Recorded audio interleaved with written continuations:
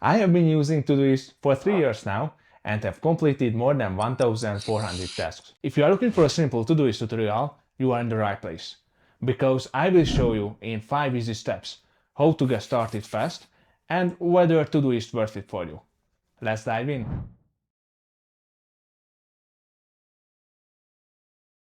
Hey, it's good to have you here. If you haven't seen my videos yet, I am Aaron, the guy who helps you to find the perfect productivity apps so you don't have to spend time and money.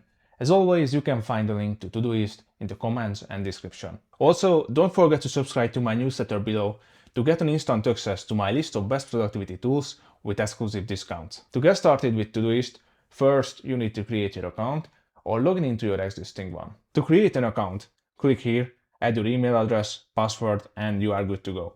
Once it's done, you will arrive to your dashboard, which probably empty now, but not for long. Let's go through quickly on what you see on your dashboard.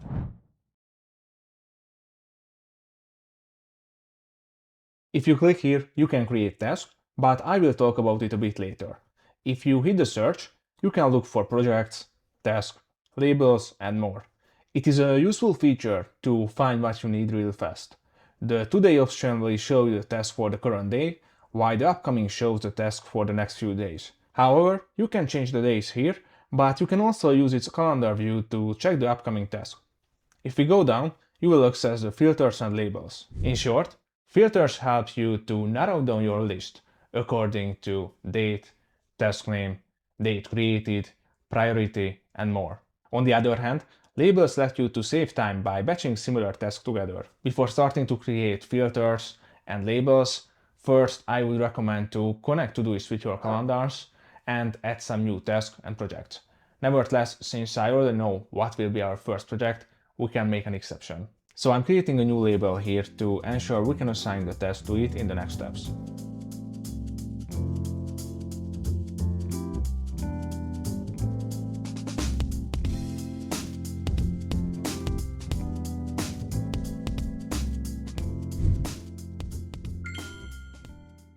Okay, let's connect Todoist to your calendars. You can connect them here, and I certainly recommend this integration as it enables you to see your Google and Outlook calendar events alongside your tasks in the today and upcoming views. Now we have a basic setup, so I recommend to add some tasks and projects.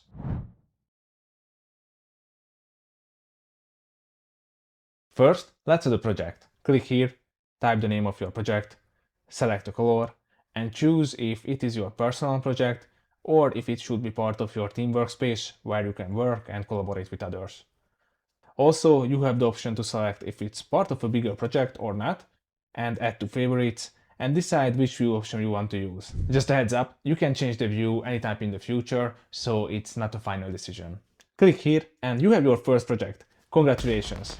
Now, if you take a look at here, you might find something strange called section. Don't worry about them. Sections are custom headings you can create within a project to group related tasks. That said, you can break down larger projects into different categories, for example, phases, like pre-production, production, and post-production. Now we have the sections, and it's time to add some new tasks. You can create a task from many places, like this one here, or this one. But you may ask that, what's the difference? Well, if you add tasks from the main buttons, you have to assign it to a project. The easiest way to do this is just hit the hashtag and start typing the project name. After, you only need to write the name of the task and you are done. Furthermore, you can use Rumble to dictate your task with dates, projects, and more, and Todoist will create it for you. Compared to these options, if you add a task here, it will automatically connect it with your project, so it is a more straightforward approach if you want to create more tasks for a specific project.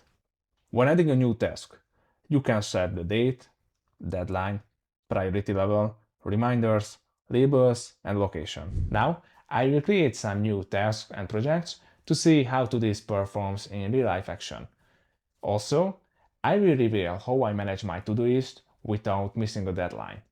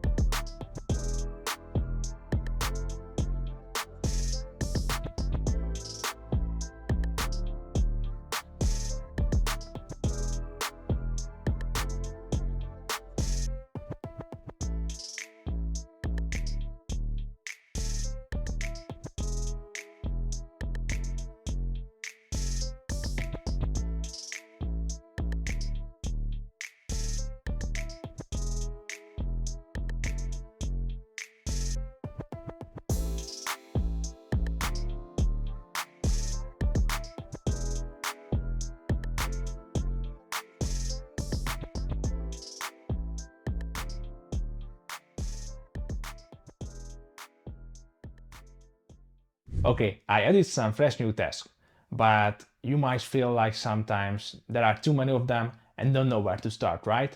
What you can do in these cases? First, you need to find the most important and urgent task. I recommend you to click here so you can change the layout to get a better understanding of the most urgent task. As you can see, there are still plenty of them. The best approach you can take in such cases to filter on deadlines and priorities. If I want to see what the most urgent and important tasks are this week, I will select the this week deadline and filter on priority 1 and 2. And voila, you will see the task you need to finish as soon as possible.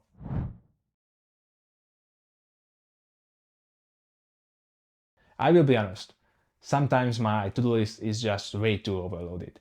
It is very tough to find the specific task I'm looking for. And believe me, this is something you will face frequently. If you find yourself in the same situation, just hit the Ctrl+K or click here and you can utilize its searching function.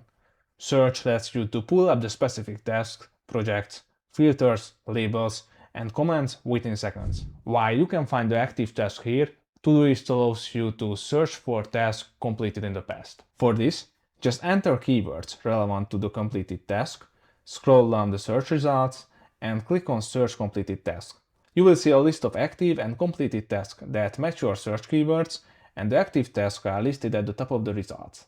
If you don't want to search, this feature lets you to quickly jump to a function, setting, and more.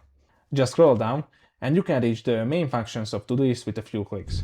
In the last step, I will show you how to collaborate and share tasks and projects with your team members. But most importantly, I will answer to one of the most crucial questions. Is Todoist worth it for you?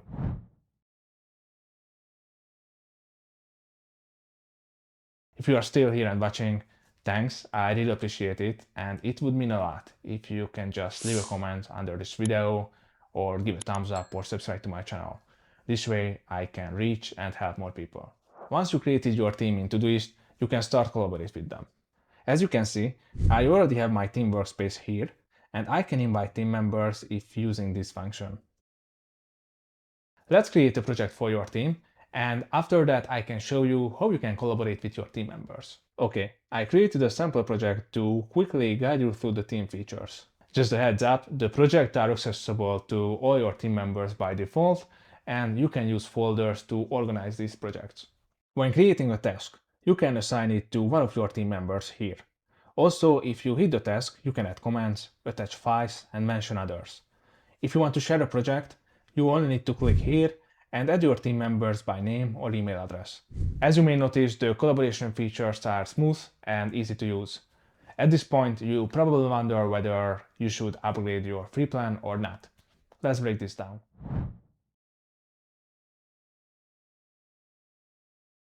Todoist offers one free plan and two paid plans. Let's take a closer look on those. If you're just getting started, the free version covers everyday personal task management without any cost.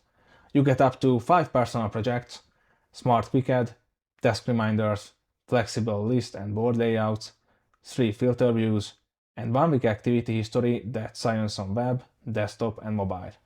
With the free plan, you can connect Todoist with your email and calendar apps, so your basic to-do list setup feels complete from day one. Personally, I use the free version for yours. Even with the free plan, you can access the mobile app and the most essential to-do list features. So if you need a simple solution to track your tasks, mainly personal tasks, I can recommend you the free plan and I don't see why you should upgrade. However, if you need more than just a basic to-do list app, you can get the Pro plan for $7 per user monthly or $5 per user monthly with annual billing. It unlocks automatic backups, custom task reminders and filters, calendar layout, task duration, and the AI assistant feature.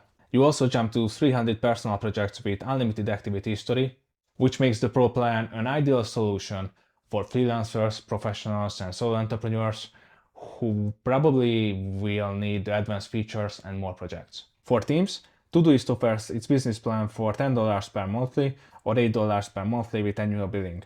With this plan, you can access the business features such as a shared workspace, up to 500 team projects, a calendar layout for team projects, and the granular team activity logs for visibility. You also gain the shared templates, team roles and permissions, centralized billing, priority support, plus a capacity for 1000 team members. Essentially, this plan is suitable for teams that need a lightweight project management app as well, with affordable pricing. You can explore premium features with a 7-day free trial on both Pro and Business plans, so you will have a chance to test it for yourself before committing. Also, if you realize after 7 days that it's not the right tool for you, Todoist offers a refund window of 30 days. If you ask me, Todoist offers a reasonable price for the value it offers. Yeah, it's probably not the cheapest one on the market, but it is one of the most reliable Todoist apps. If you need only the basic to-do list features to keep track of tasks, the free version should be sufficient. However, if you need the team features or some other advanced tools like calendar layout or AI support, you probably need to buy one of the paid plans at some point. That was it for today, guys.